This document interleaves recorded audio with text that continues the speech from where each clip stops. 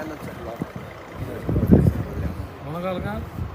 తీసుకున్న తర్వాత చాలా సమస్యలు కష్టాలు వస్తాయి, ఎన్నో బాధలు వస్తాయి. ఎందుకంటే నిలబడగలవా?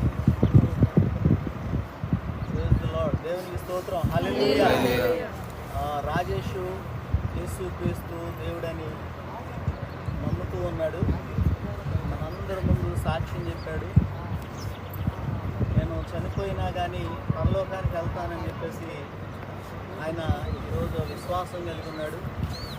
మాత్రమే కాదు, మరి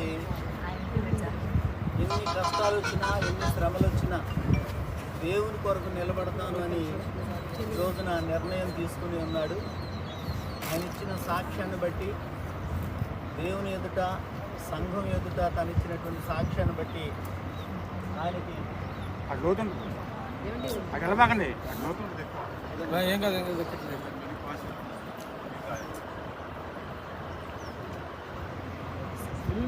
జేబులో ఏమున్నాయిరా రాజేష్? ఇటుకు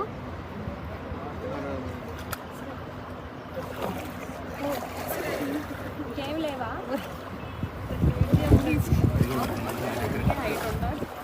తండ్రి యొక్కయు కుమారుని యొక్కయు పరిశుద్ధాత్మ దేవుని యొక్క నామములో రాజేష్నకు బాప్తిసం ఇస్తూ ఉన్నాము.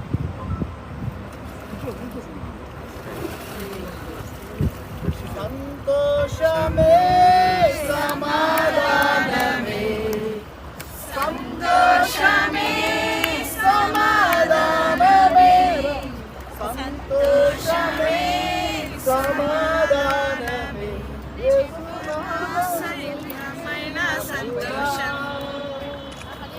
సంతోషము నీకు కావలనా, ఈ సంతోషము నీకు కావలనా, ఈ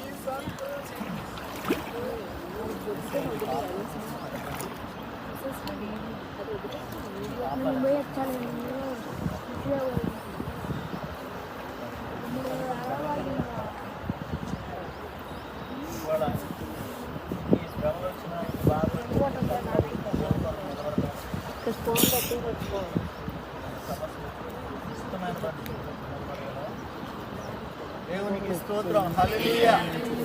మరి కౌశిక్ దేవుని ఎదుట, అలాగే సంఘం ఎదుట, దైవజనుల ఎదుట యేసుక్రీస్తు నిజమైనటువంటి దేవుడని ఒప్పుకున్నాడు. తన పాపములు క్షమించబడ్డాయి అని విశ్వసించాడు. ఇది మాత్రమే కాదు, తనకి యేసుక్రీస్తు ద్వారా పరలోక రాజ్యం ఉన్నది అని నమ్మాడు.